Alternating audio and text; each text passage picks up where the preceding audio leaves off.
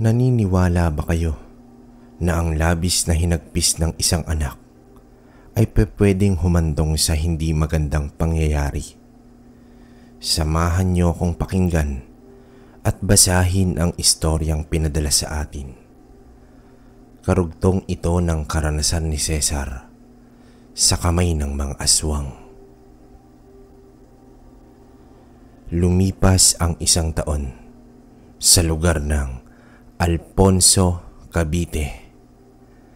Taong 1953. Dito nanirahan si Cesar, buhat nang matapos ang engkwentro nila ng tiyuhin niyang si Victor sa kamay ni Mang Manuel.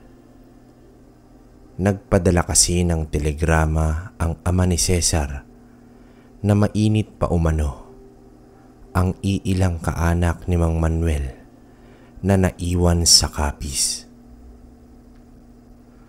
Patuloy siyang hinahanap ng mga ito, lalo na noon ang anak nitong si Roroy.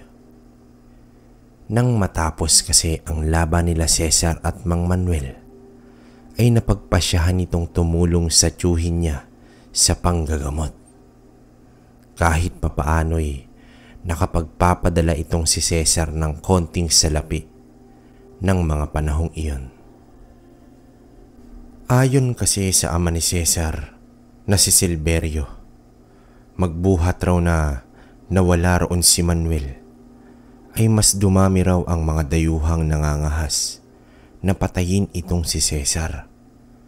Batid kasi ng mga iyon na si Cesar ang uubos ng kanilang angkan.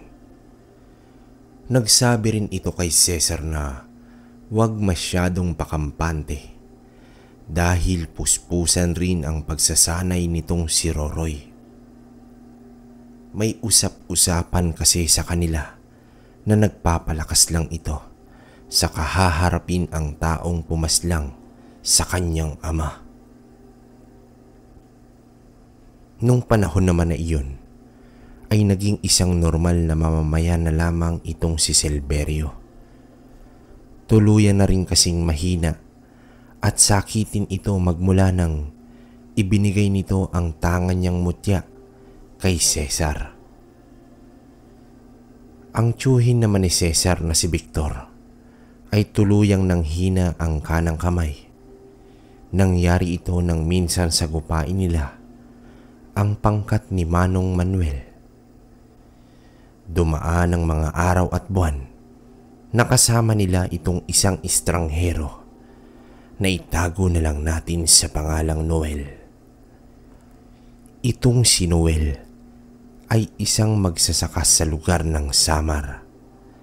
Nadayo lang naman ito sa Cavite dahil sa isang kaibigan. Pinangakuan raw ito na mabibigyan ng trabaho.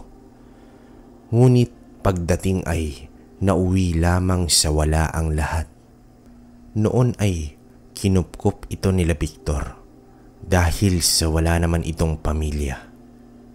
Lingid sa kaalaman ninyo, kabaryo, solo na lamang sa buhay itong si Victor. Kung hindi dumating ang pamangkin niyang si Cesar, ay mag-isa lamang ito sa kanyang bahay. Kagaya ni Victor, ay solo lang rin itong si Noel. Napaslang raw ang kanyang mga magulang sa Samar ng isang grupo nang minsan humingi ito ng buwis, ngunit nagmatigas ang kanyang mga magulang sa mga ito. Agara naman pumayag si Noel sa alok ni Victor. Natutulong ito sa tuwing maggagamot sila sa kanilang lugar. Noon kasi ay wala pang pagamutan sa kanilang lugar. Aabutin ka ng 1 oras bago makarating roon, sakay ng habal-habal na motor. Wala namang naging problema kay Cesar itong si Noel dahil naging malapit ang dalawa. Dahil nga panganay itong si Cesar, ay para siyang nagkaroon ng kuya sa samahan nilang dalawa. Noong una ay hindi naniniwala itong si Noel sa mga kakayahan nilang dalawa. Ngunit nang may isang pasyente ang nagtungo sa kanila upang magpagamot, ay doon naging bukas ang kaisipan nito tungkol sa mga elemento at ibang aral ng kanan. Kinulam kasi ang babaeng iyon habang sinasagawa ang orasyon ni Victor.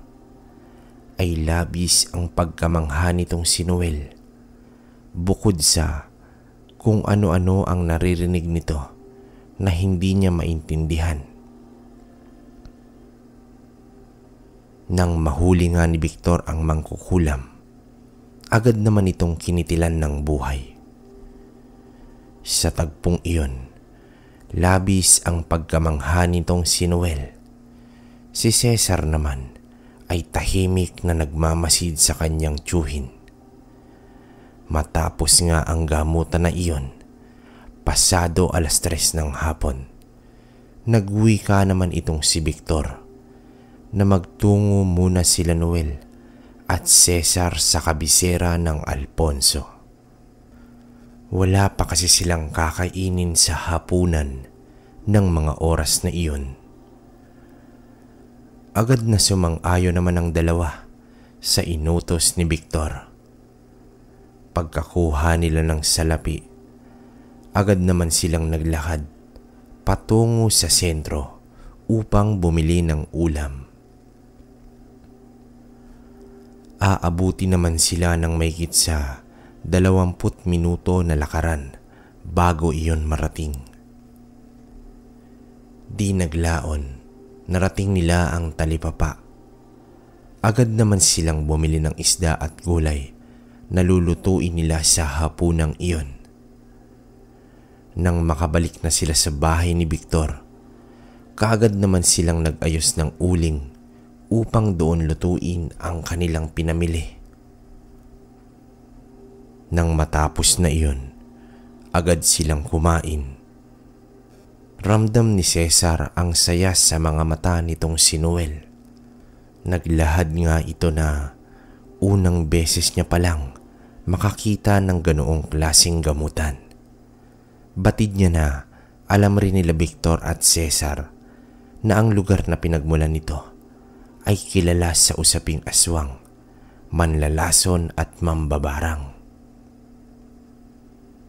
Pagtapos naman nilang kumain, agad na nagpaalam itong si Noel na magpapahangin muna sa labas. Si Cesar naman ay nag-ayos ng ibang kagamitan na gagamitin niya kinabukasan. Iyon kasi ang nakatoka sa pagkuha ng ilang sangkap sa merkado at sa liblib na bundok roon. Kinaumagahan, maaga namang nagising itong si Cesar. Kasabay naman noon ay nag-ayos rin itong si Victor.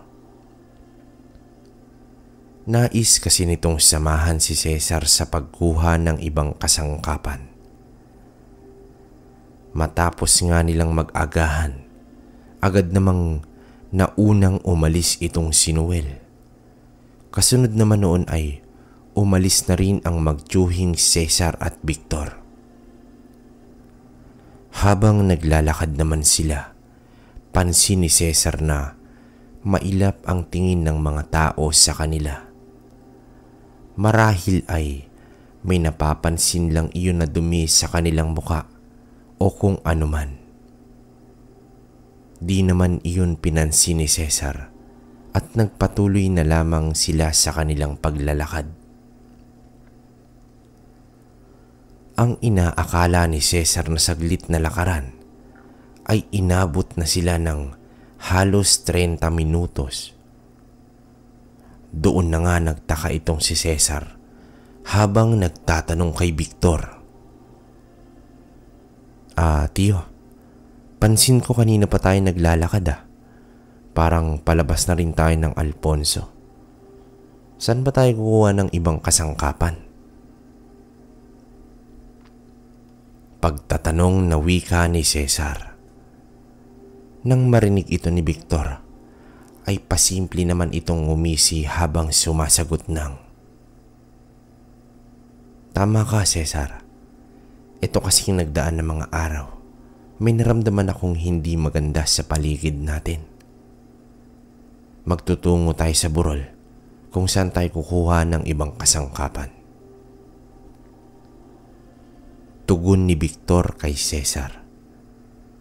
Nang marinig naman iyon ni Cesar, ay tanging pagtango na lamang ang naging tugon nito sa kanyang tiyuhin. Minabuti na lamang nitong sumunod sa nais ng kanyang tiyuhin. Batid niyang mas alam nito ang kanyang gagawin, kung kaya't wala itong naging dahilan para tumutol.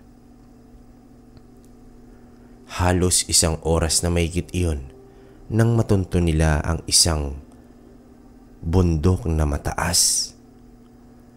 Wala namang ideya itong si Cesar kung ano ang gagawin nila roon. Ang bundok kasi na tinutukoy noon kabaryo ay kilala ngayon sa tawag na Mount Batulao. Ang Mount Batulao ay matatagpuan sa gitnang parte ng Calabarzon. Pumapagitna ito sa Cavite at Tagaytay sa kasalukuyan. Malayong malayo ang bundok na iyon sa kung ano ang wangis na nito ngayon. Noon raw ay punong-puno ang kabundukan na iyon ng mga nagtataasang puno. At nang pumasok sila, ay tila parang 5:00 na ng hapon iyon. Di na kasi naabot ng araw ang kalupaan ng bundok. Gawa ng sanga-sanga na ang mga punong andoon. Sinabi naman ng tiyuhin ni Cesar na maging ang ibang mababangis na hayop ay matatagpuan mo roon. Nang mailahad iyon ni Victor kay Cesar, ay nagwika naman ito ng, "Nako tiyo, alam nyo namang pupunta tayo rito. Bakit hindi nyo man lang sinabi para nakapagdala naman ako kahit isang tabak o yung balaraw ko?" Wika ni Cesar na kakamot-kamot ng ulo. Alam mo kasi Cesar, sinadya ko talaga to. Dito natin malalaman kung gaano nakatatag ang paniniwala mo sa iyong tangan-tangan. Wika ni Victor habang naglalakad paakyat ng bundok. Wala namang naging sagot itong si Cesar sa narinig nito. Patuloy itong sumunod sa pag-akyat ng bundok. Pansin rin itong habang lumalayo sila sa kapatagan, ay tila patarik ng patarik ang inaapakan nilang mga bato. Napansin rin ni Cesar na parang ang bilis ng oras doon. Nang tumingin kasi ito sa langit, ay tansya nito na pasado 3:00 na ng hapon iyon. Ganoon rin ang nararamdaman nitong hingal sa katawan. Alam niyang nakabaon sa kanya ang mutya ng kalabaw. Ngunit hindi niya alam kung bakit sobrang hirap niyang akyatin ang bundok ng Batulao ng mga sandaling iyon. Nang lingunin niya naman ang kanyang tiyuhin, ay laking gulat nito dahil halos 4 na dipa na ang layo nito sa kanyang kinatatayuan. At tila ba hindi ito nakikitaan ng pagod sa mukha ni Cesar. Iniisip niya wala naman iyong baon na mutya sa kanyang katawan. Tanging buhay na kataga lamang ang karunungan nito at mga medalyon na noon ay nakabaklas din sa kanyang katawan. Lalong nagtaka itong si Cesar dahil dapat ay pagod na ito sa pag-akyat. Halos kaedad kasi iyon ng kanyang ama. Maya-maya pa, 'ay ay panakanakang naririnig itong si Cesar. Di niya naman malaman ito kung anong uri iyon ng hayop. Hindi naman kasi pwedeng magmula iyon sa mga sanga o dahong tuyo sa lupa, lalo pat wala namang hangin sa kanilang kinalalagyan ng mga sandaling iyon. Paghihinto sa paglalakad si Cesar ay bigla iyong mawawala. Nagtanong na rin iyon sa kanyang tiyuhin kung pati ba siya ay nakakarinig ng kakaibang tunog. Wala naman raw marinig ang kanyang tiyuhin ng mga panahong iyon. Pabiru pang nagsabi iyon na baka tulog pa ang katawang lupa nitong si Cesar. Napailing lamang itong si Cesar kung kaya't nagsawalang kibo na lamang ito sa kanyang naririnig. Sinusubukan namang mag-usal ni Cesar ng isang kataga, ngunit maging iyon ay palyado ng mga oras na iyon. Maging ang magtaas ng poder sa katawan ay bigo itong magawa. Di nga nagtagal nang makarating sila sa parang isang kuweba. Napagtanto nito na pangalawang beses na nila iyong nadaanan. Maging ang pwesto ng mga puno roon ay ganoon na ganoon rin. Naisip naman nito na baka namamaligno sila o di kaya ay napaglaruan ng engkanto. Maraming buhay na salita ang sinubukan nito upang malaman kung ano na ang estado nila ng kanyang tiyuhin. Ngunit isang palatandaan ang nagmarka kay Cesar. Naalala nito ang sinabi ng kanyang ama sa kanya noong nag-aaral pa lamang ito ng karunungan ng kanan. Ayon sa kanyang ama, na kapag paulit-ulit iyon nangyari at may araw pa, at tila parang bumilis ang oras, yun daw ay palatandaan na napapasaloob siya sa isang bagat. Lumingon-lingon naman itong si Cesar sa taas.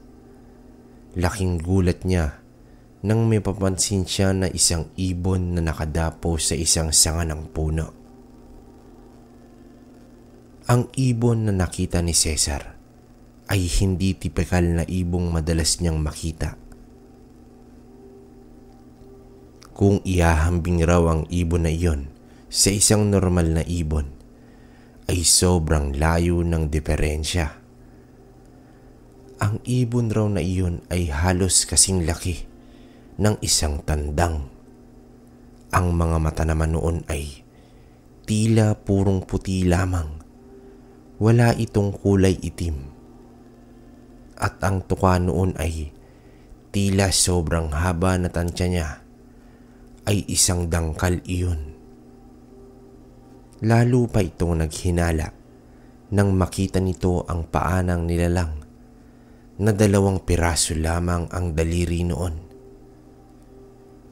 Tila doon ay kinutuban itong si Cesar na isang nilalang na nasa panig ng kaliwa iyon. Yun marahil ang gumagawa ng ingay na kanina pa niya naririnig.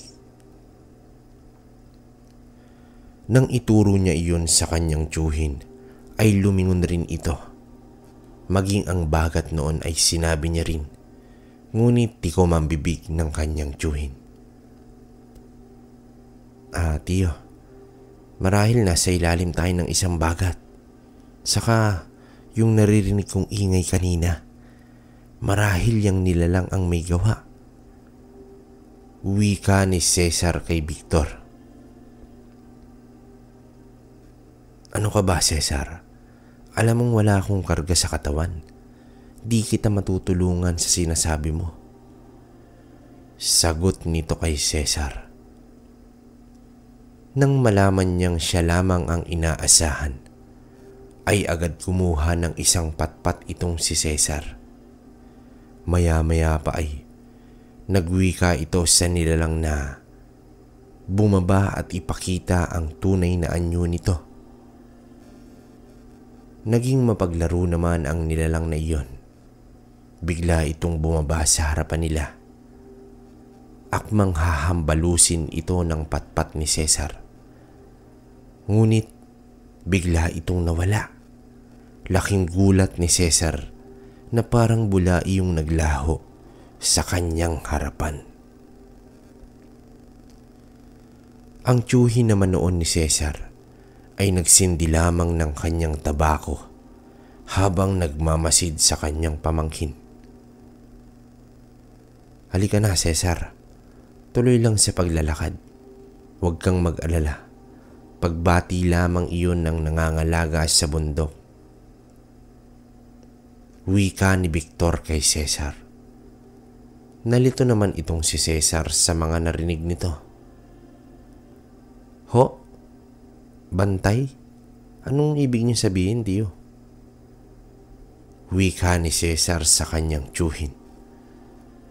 Wala namang naging sagot ang tiyuhin nito sa kanya. Maya-maya pa, ilang sandali na lang ay narating nila ang mataas na bahagi ng bundok ng Batulaw. Doon ay biglang yumuko itong si Victor sa isang matandang puno. Nakita rin itong si Cesar na nag-uusal ang tiyuhin niya. Tila may kinakausap iyon sa punong iyon.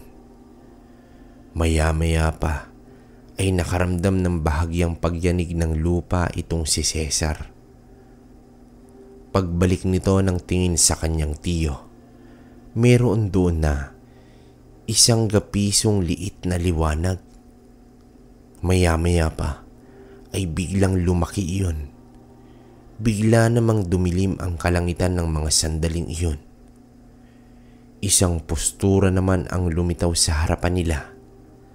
Napagtanto ni Cesar na hindi iyon isang normal na tao. Yun ay isang lalaki na merong mahabang buhok. Sobrang puti rin ng nilalang na iyon. Napansin rin ni Cesar sa bandang kanang balikat ng nilalang ang isang ibon. Nagulat itong si Cesar dahil ang ibon na yun at yung ibon sa gubat ay iisa. Napansin rin ni Cesar na walang kanal ang pagitan ng ilong at bibig ng nilalang na iyon. Doon nga ay nasabing engkanto ang nilalang na iyon. Ngunit nagtaka ito, bakit kausap iyon ng tiyo Victor niya? Maya-maya pa, isang liwanag muli ang nakita nila. Sobrang nakakasilaw ang liwanag na iyon.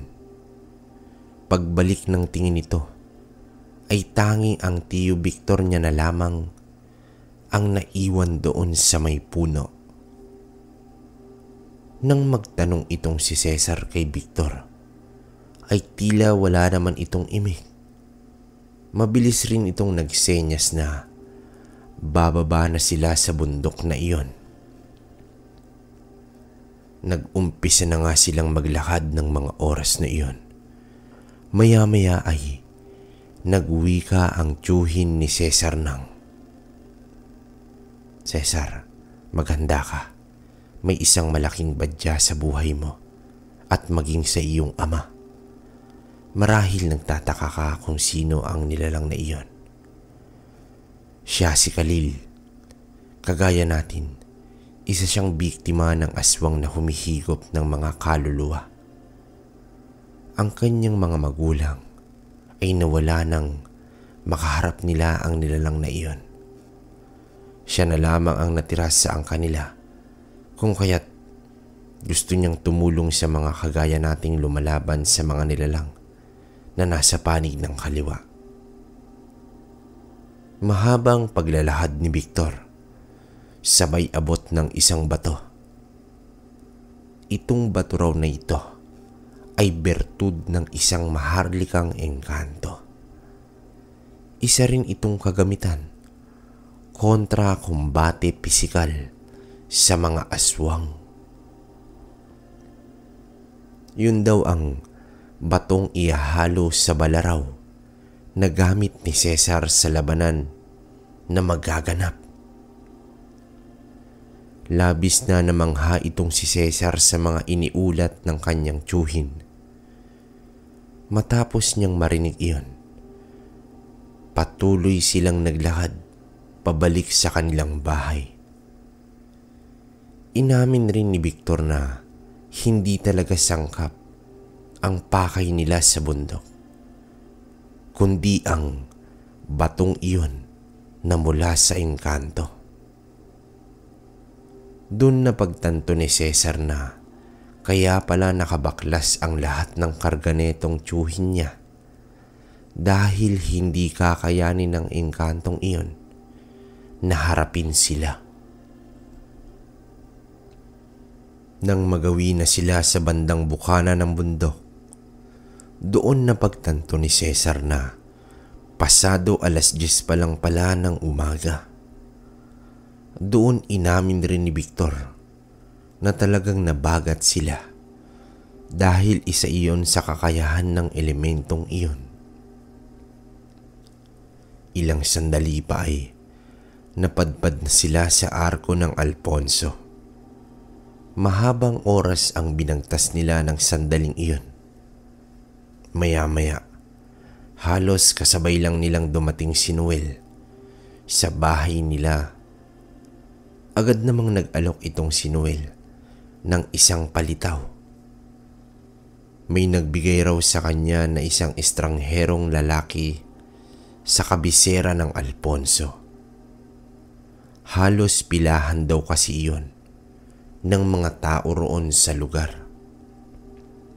Maya-maya pa, nang mahawakan iyon ni Victor, ay nagsabi ito na hindi maganda ang kanyang pakiramdam sa pagkaing dala ni Noel.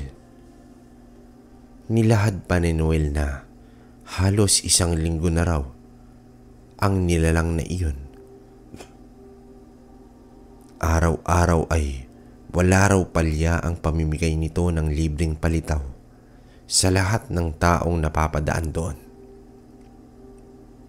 Nang marinig iyon ni Victor, ay agad itong nagwika ng, "Nalinti ka na.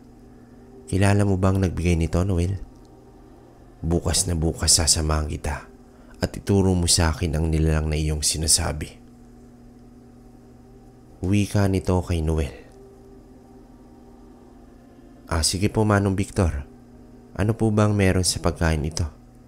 Bala ko sanang kainin natin ito mamayang merienda. Wika ni Noel sabay angat ng supot na may lamang palitaw. Akin na yan. Itatabi ko yan.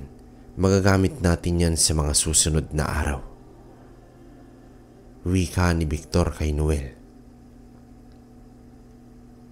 Ito na ang sinasabi ko. Ilang araw mula ngayon, may isang sisiklab na digmaan. Maghanda ka na, Cesar. Dahil nahanap na tayo ng mga nilalang na nakainkwentro ninyo ng iyong ama. Pahabol na wika ni Victor kay Cesar. Nang marinig nila Cesar at Noel ang huling binitawan ni Victor, naging palaisipan naman kay Noel kung ano ang tinutukoy ng tiyuhin ni Cesar. Pasado 11:00 na ng umaga noon, nang magpasya ng maghanda ng kanilang tanghalian itong si Victor. Alam niyang wala siyang magiging pasyente ng araw na iyon. Malakas rin ang kutob ni Cesar na iyon na ang tinutukoy ng kanyang ama na anak ni Manong Manuel. Nang matapos silang makakain, agad nang tungo si Victor sa bakuran. Agad ring kinuha nito ang balaraw ng kanyang pamangkin upang maiayos ang bato na mula sa engkantong nakausap nila sa bundok ng Batulaw. Walang ano-ano'y agad ibinigay ni Cesar ang balaraw na gawa sa batong kidlat. Doon ay nakita niya rin ang batong mula sa engkanto. Nagwika naman ang kanyang tiyuhin na iwanan muna iyon dahil matrabaho raw ang gagawin niyang pagpanday sa tangan-tangan niyang balaraw. Nga pala mga kabaryo, konting lambing lang bago ko ituloy ang istorya ni Cesar. Hingin ko lang ng ilang segundo nyo, pwede ba? Kung nagustuhan nyo ang kwentong ito, pwede bang pakilike ang video na to? At kung pwede rin, mag-comment na rin kayo sa opinion ninyo. Nakikita ko kasi na halos 70% ng nakikinig ay hindi nakasubscribe. Alam nyo naman, yan ang nagsisilbing gaas para magpatuloy na umusad ang aming kwento. Yun lang mga kabaryo. Balik na tayo sa kwento. Salamat. Nang mapagtanto ni Cesar na patapos na ang tiyuhin nito, ay agad siya nitong tinawag. Pasado 5:00 na rin kasi ng hapon iyon. Cesar, parito ka nga saglit. Wika ni Victor sa kanyang pamangkin. Pagdating nga noon ni Cesar sa kanilang bakuran, ay tumambad sa kanya ang halos bagong balaraw. Pilit niya namang hinahanap ang bertud na nakabaon roon. Ngunit ni maliit na palatandaan ay wala siyang makita roon. Nagwika si Victor na mabusisi ang kanyang pagbaon sa gamit na iyon. Nagsabi rin ito na hindi niya man makita ang bato. Buong-buong lilitaw iyon sa oras ng inkwentro nito sa laban sa aswang. Agad namang isinukbit ni Cesar ang balaraw na gawa ng kanyang tiyuhin. Si Noel naman ay tinawag rin ni Victor upang may ibigay rito na isang gamit. Noel, batid kong hindi ka nahanay sa lahi namin ni Cesar. Ngunit sa sitwasyon na kinalalagyan mo, hindi malayong madamay ka. Maging ang buhay mo ay pwedeng mapahamak sa oras na iyon. Eto Noel, halika, tanggapin mo ito. Wika ni Victor, sabay abot ng isang medalyon. Pag-abot nga roon ni Victor, ay labis na namangha naman ang binata. Ang itsura kasi ng medalyon na iyon ay pabilog na kung tawagin ay medalyon ng rotas. Konting paliwanag lang sa medalyon na tangan ni Noel. Ang bertudes ng medalyong ito ay tinatawag na rebueltar. Ang rebueltar ay isang kakayahan ng mga gamit espiritual na sumasalag sa lahat ng gawa ng pag-ataking espiritual, gaya na lang ng kulam, barang, tigalpo, palipad hangin, bati, usog, lason, maging ang nilalang na nasa panig ng kaliwa ay mapapaso o di kaya malalapnos ang balat kapag nadikit sa medalyong ito. Ang kakayahang ito ay binabalik ang ataking espiritual doon sa taong pinanggalingan nito. Gaya ni Noel na walang karanasan sa lihim na karunungan. Mainam din ito na kalasag laban sa bala at patalim na sa oras na pagtatangkaan ng buhay ng may taglay. Nang kalasag na ito ay kusa na lamang babalik ang ginawa mo pag nakaharap mo ang taong may tanga ng medalyon ng rotas. Pinaniniwalaan rin ng ilan na may basbas ang ganitong uri ng medalyon mula sa mga anghel na nahanay sa kanan. Isa rin ito sa nahanay na nagmula sa mga arkanghel na kilala bilang isang bertudes. Yun lang, balik tayo sa kwento. Tila nag-init bigla ang pakiramdam ni Noel nang masuot niya ang medalyong iyon. Doon rin ay ibinigay ni Victor ang isang punyal kay Noel. Ang punyal na iyon raw ay nagmula pa sa isang sundalo na umubos ng isang angkan ng mga aswang. Kaya raw napadpad ito kay Noel dahil siya ang ginawang tagapaghalili sa bagay na iyon. Nang makuha na lahat iyon ni Noel, ay nagwika naman sa kanya si Victor ng, "Ayan Noel, lahat ng karga mo ngayon ay buhay na. Di mo na rin kailangan pang mag-usal sa oras ng kagipitan. Alam mo ang kailangan mo ay magdasal habang hawak ang medalyon na nakasabit sa iyong leeg. Kusang gagana yan at yan mismo ang magtataas ng poder mo sa katawan. Maging ang punyal na hawak mo, oras na mabahiran iyan ng isang dugo ng aswang, ay kusang manunumbalik ang lakas ng hawak mong punyal na iyan. Kahit sinong aswang pa ang madampian mo niyan, ay maliit ang tsansang mabuhay pa nito." Mahabang pagpapaliwanag ni Victor kay Noel. Maraming salamat po tiyo. Malakas naman po ang loob ko lalo't kasama ko kayo ni Cesar sa laban na magaganap. Alam kong tayo ang magwawagi sa labanang iyon." Wika ni Noel noon sa dalawa habang nakikinig sa kanya. Tanging pagngiti lamang ang naging sukli ng dalawa sa kanya ng mga oras na iyon. Nang matapos iyon, si Cesar naman ang tinawag ng kanyang tiyuhin. Bukod kasi sa bato na inilagay nito sa kanyang balaraw, ay nagbigay rin ito ng isang medalyon. At ang medalyong ibinigay ni Victor kay Cesar ay isang medalyon ng Sator. Konting kaalaman lang kabaryo.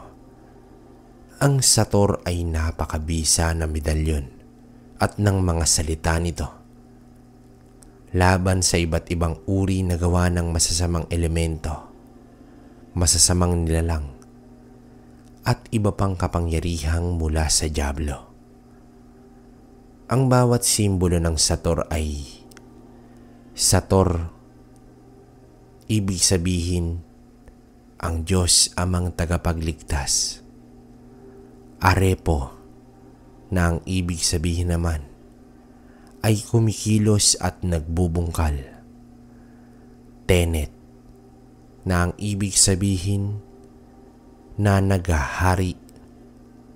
Opera, ng mga gawa ng tao, at ang huli, Rotas, mga nilikhang bagay sa lupa at buong sansinukod. Pag pinagsama mo ang lahat ng iyon, mabubuo ang salitang, ang Diyos amang tagapagligtas ay kumikilos at nagbubungkal na nagahari ng mga gawa ng tao at mga nilikhang bagay sa lupa at buong sansinukod. Ang mga salitang yan ay ginagamit ng mga sinaunang Kristiyano sa kanilang pananalangin sa Diyos upang sila'y hindi mahalata at mapansin ng mga sundalong Romano, kung kaya't ang dasal na ito ay nagkakabisa ng husto dahil sa banal na simbolismo sa likod ng dasal. Pinaniniwalaan din ng iba na ang salitang Sator ay ang 5 krus sa mundo. Ang S nito ay sumisimbolo sa krus ng hilaga. Ang A naman ay sumisimbolo sa krus ng silangan. Ang T ay sumisimbolo sa krus sa aksis ng mundo. Ang O naman ay ang krus ng kaunlaran. Ang R, ang krus sa timog. At ang bawat krus na ito ay nasa gitna at apat na sulok ng mundo. Balik tayo sa kwento. Nang makuha iyon ni Cesar, ay ganoon na lamang ang labis niyang pagkamangha sa nalaman nito paukol sa medalyon ng Sator. Bukod kasi sa may suot itong Sagrada Pamilya, ay madadagdag sa kanya ang bisa ng medalyon ng Sator. Nagwika naman itong tiyuhin niya nang masuot na nito ang Sator. Cesar, ang medalyon ng Sator na tangan mo ay busog sa orasyon at debosyon na ginawa ko. Matagal kong ibinabad iyan sa lana ng niyog na may mata. Kung kaya't pakatatandaan mo lang na ang gagawin ninyong pagharap sa angkan ng mga aswang ay hindi ganoong kadali. Wika ni Victor sa pamangkin niya. Maya-maya pa ay may isang nilalang ang tila nagmamasid sa kanila. Iyon ay nasa wangis ng isang baboy ramo. Agad namang nalaman ni Cesar iyon dahil sa mas tumalas ang kanyang pandama. At tila nakakakita na rin ito ng mga aura ng isang nilalang. Maya-maya pa ay nadagdagan pa iyon ng 3. Maging si Victor ay nakahanda na rin. Hawak ang pagkain na dala ni Noel ay inusalan niya ito ng isang pantawag. Sa oras na gumana ang usal na iyon, makakarating sa pinunong may gawa ng pagkain ang isang mensahe kung saan nilalaman nito ang kanilang paglaban sa kabilang panig. Si Noel naman, hawak ang punyal na bigay ni Victor. Marihin itong pumwesto ng isang pangdepensa. Maya-maya pa, nang makita ni Cesar ang mga nilalang, nagwika naman ito ng, "Iritong at bagong yang gawang mga yan." Sigaw nito sa kanyang kasama. Ang iritong ay ang mga sinaunang aswang na mahaba ang buntot at matalim na kako. Nakatira rin ito sa kagubatan.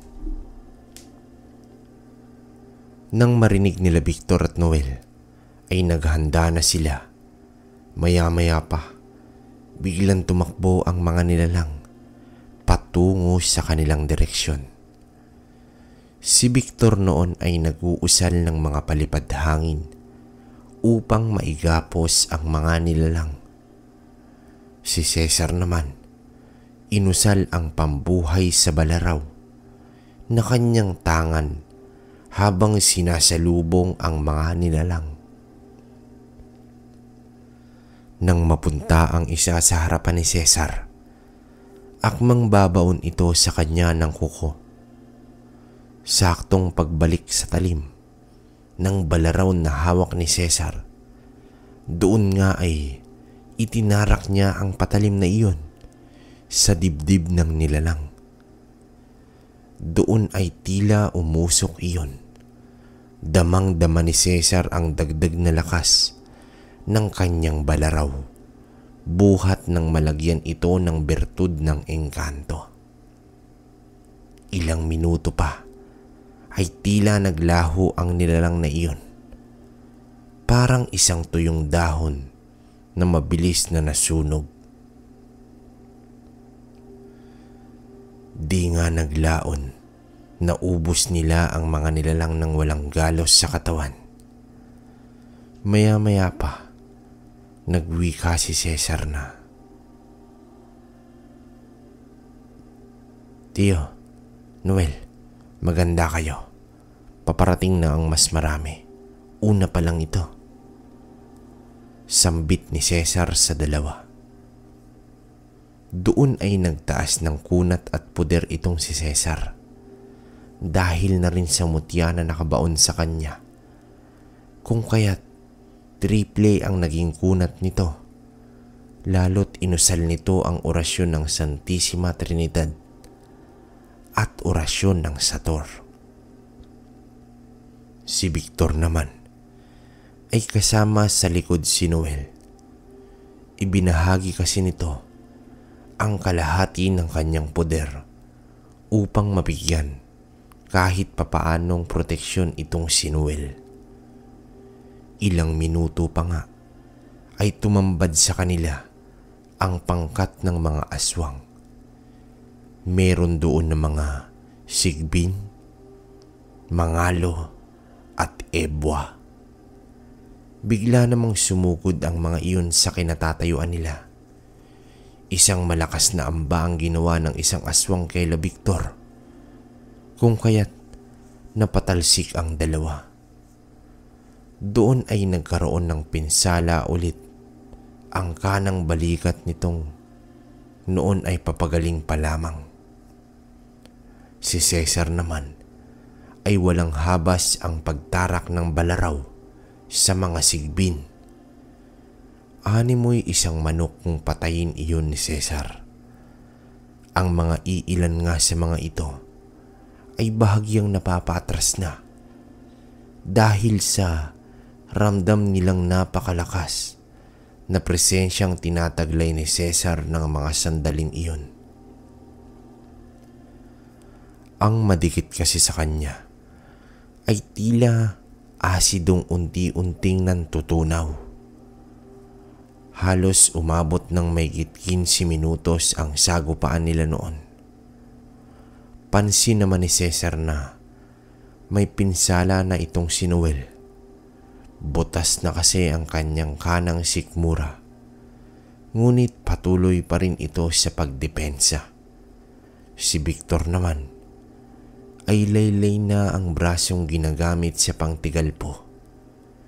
Kung kaya naman lumalaban na lamang ito sa kumbate pisikal sa mga nilalang.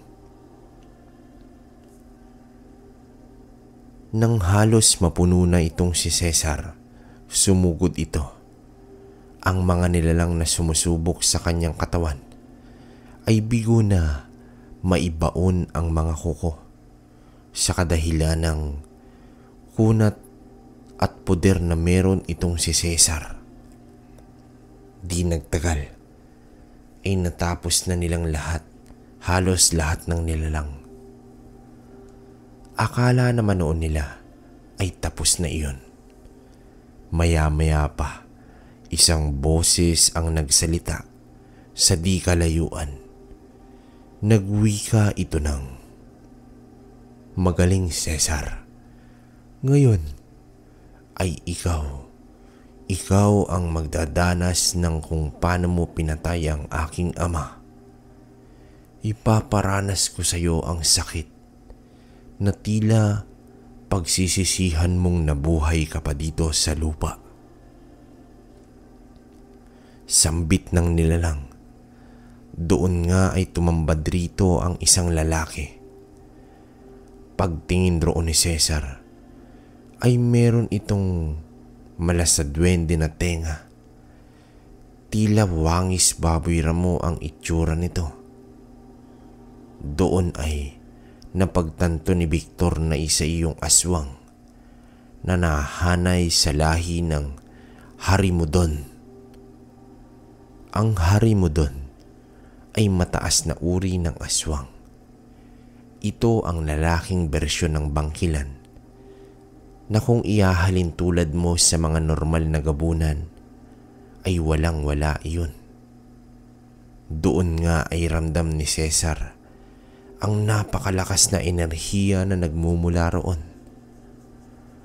Alam niyang ilang bertud o perlas ng gabunan ang nasa katawan nito. Walang ano-ano'y biglang sumugod ang nilalang patungo sa lugar ni Victor at Noel. Paglapag nga ng nilalang na iyon, ay nakangiti ito habang hawak sa liig ang dalawa. Laking gulat naman ni Cesar sa bilis nitong gumalaw. Di siya pwedeng magkamali. Yun ang nagmana ng bertud ni Mang Manuel. Yun ang nag-iisang anak niyang si Roroy. Noong oras na iyon, napagtanto niyang tama ang kanyang ama. Napakalakas ng presensya nito na halos doble ng sa kanya. Hindi na makahinga ang dalawa noon. Patakbong sumugod naman itong si Cesar sa nilalang. Habang itatarak na nito ang balaraw sa kanyang hawak, ganun na lamang ang labis na gulat ni Cesar nang dumulas iyon sa katawan ng nilalang. Agad naman iyong lumingon sa kanya ng masama. Tila nanlilisik ang mga mata nitong nagwika ng, "Walang kwenta ang balaraw mo, Cesar. Matagal na panahon kong inantay na makaganti sa'yo. Ngayon, ipapakita ko sa'yo kung paano magalit ang isang hari mo doon." Pag-uwi ka ng nilalang, agad nitong ibinatos sa ere itong si Noel. Nang pabagsak na ito ay agad namang sinalo iyon ni Roroy gamit ang kanyang mga matatalas na kuko. Doon ay bumaon sa kalamnam ni Noel ang matatalas na kuko ng nilalang.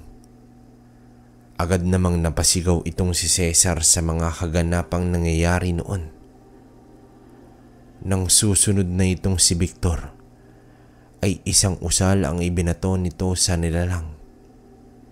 Doon ay natigil ito sa kanyang ginagawa.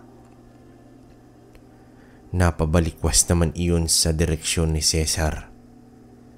Doon ay tumakbo ito habang umaangil.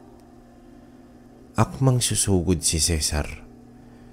Ngunit sa sobrang bilis ng nilalang na nasa harap niya, ay laking gulat niya nang hindi pa ito nakakagalaw. Doon nga ay isang matigas na bagay ang naramdaman niyang bumaon sa kanyang katawan. Pagtingin niya ay ang kuko ng nilalang. Akmang aatake ulit ang nilalang upang wakasan si Cesar. Bigla namang pumagitna itong si Victor habang nag-uusal ng isang panggapos. Marihing nagwika ito kay Cesar habang nakatitig. "Cesar, naiubos ko na lahat ng lakas ko sa huling usal na iyan. Magdasal ka habang inuusal mo ang lahat ng karga mo sa katawan. Tandaan mo ang sinabi ko sa'yo." Pagkawika nito ay agad namang nawala ng malay ang tiyuhin nito. Doon ay nakita ni Cesar si Roroy na nakagapo sa tila sinulid na hindi nito makita.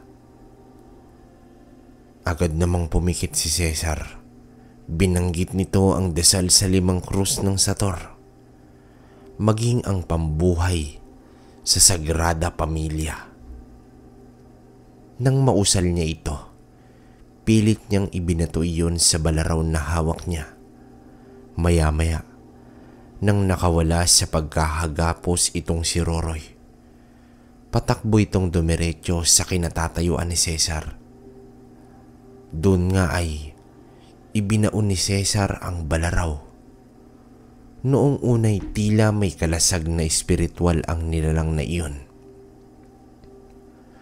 Ngunit nang bumulong ito ng kanyang isipan sa kaibigan nilang engkanto, doon ay tila nabasag ang parang salamin na sumasalag sa pag-atake ni Cesar. Doon nga ay bumaon ng balaraw sa dibdib ng nilalang. Isang malakas na pag-angil ang ginawa nito habang nagpupumiglas. Ngunit huli na ang lahat. Habang nakabaon kasi ang balaraw na iyon, ay tila kumikislap ito. Gaya ng nakita ni Cesar sa bundok ng Batulaw. Doon ay napagtanto niyang tumulong sa kanilang laban ang engkanto na bantay ng bundok. Maya-maya pa ay nawalan rin ng malay itong si Cesar. Nagising na lang ito sa isang silid. Doon ay napagtanto niyang silid iyon ng kanyang tiyuhin. Paglinga niya doon ay tumambad sila Noel at Victor na masayang nakatingin sa kanya. Nanalo tayo, Cesar. Salamat at nagising ka na rin. May 3 araw ka nang walang malay.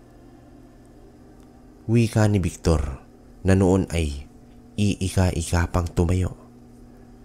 Si Noel naman ay ganoon rin ang naging senaryo.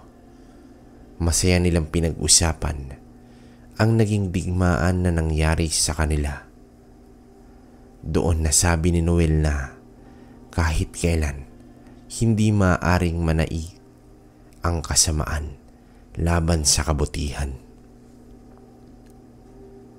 Ilang buwan lang ang lumipas, kabaryo, ay bumalik na si Cesar sa Capiz kasama ang kanyang magulang. Si Noel naman ay nanatili sa bahay ni Victor. Ito na ang nagsilbing anak ng kanyang tiyuhin. Simula nga noon ay may mangilan-ngilan pa rin ang aswang na dayo sa kanilang lugar. Ngunit hindi para manggulo, kundi para lumagay sa tahimik.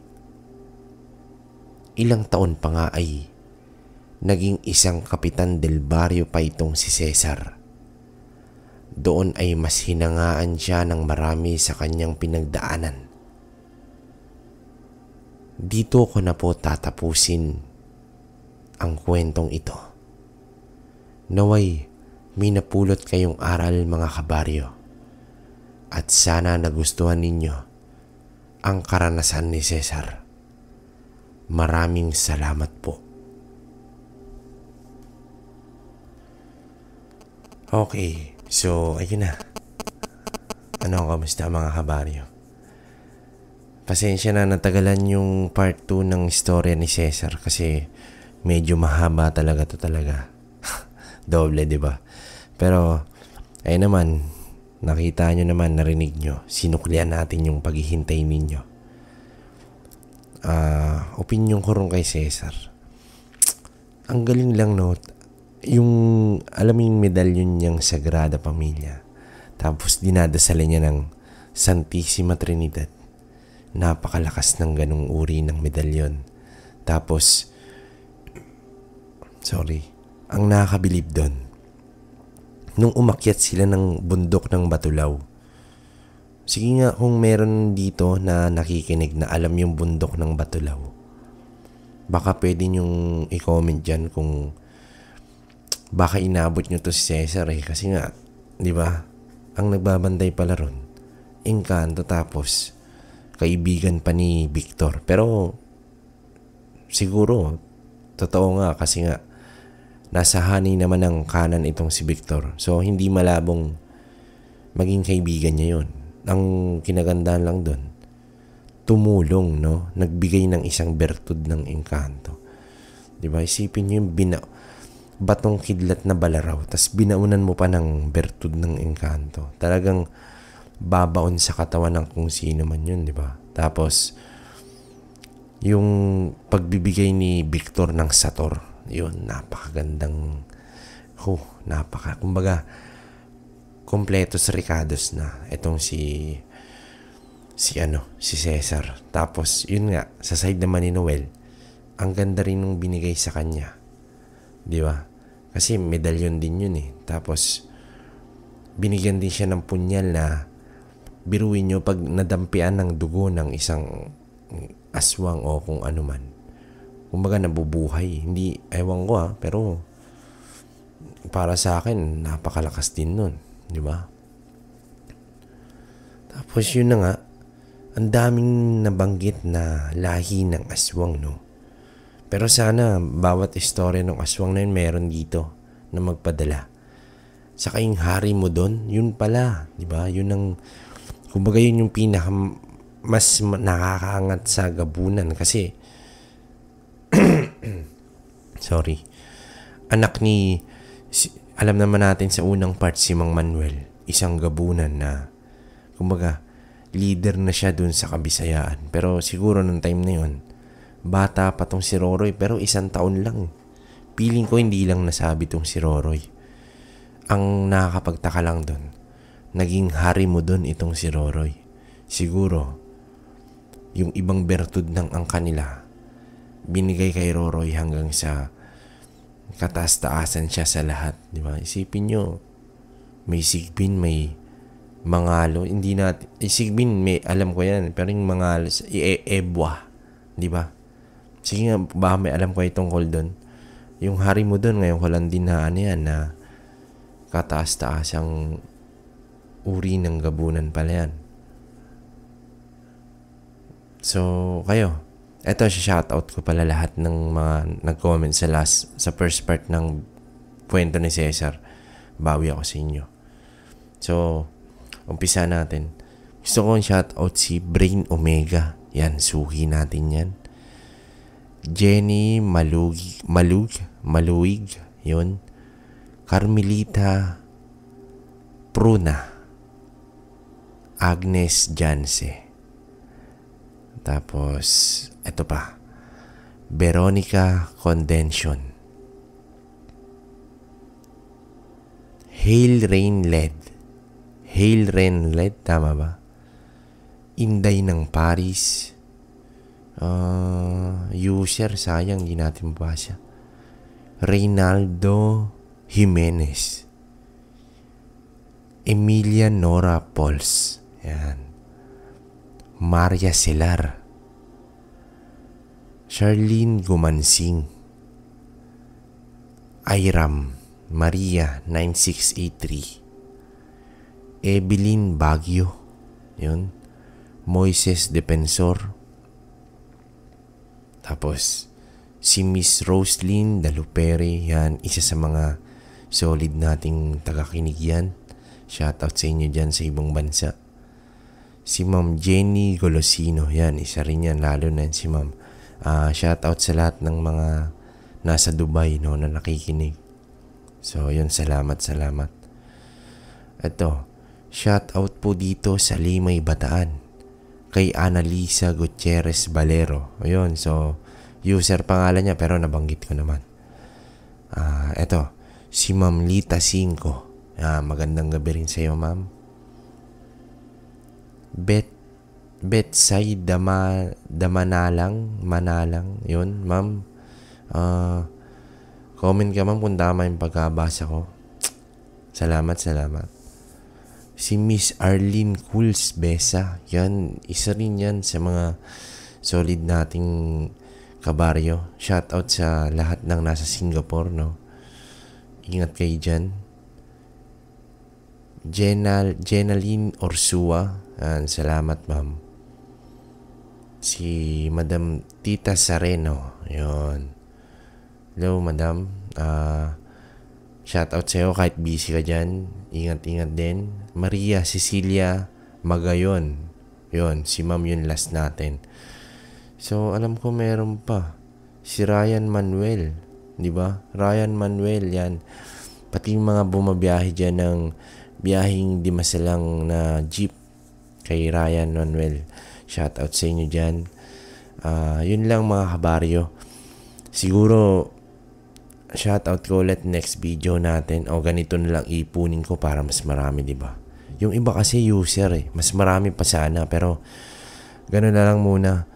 Saka, yun nga. 70% ng nakikinig hindi nakasubscribe. Sana naman, papindot niyan. Baka, malay nyo, mabuhay tong si Roroy. Kayo balikan. Diba? So, yun. Salamat ulit. At, yun lang. Wait nyo susunod nating story. Siguro, next day. Yan. Para maging araw-araw na yung pakikinig ninyo. Maraming salamat mga kabaryo. Comment kayo ng opinion dyan. Babasahin ko lahat. Negative, positive, okay lang yan. Yun lang. Love you.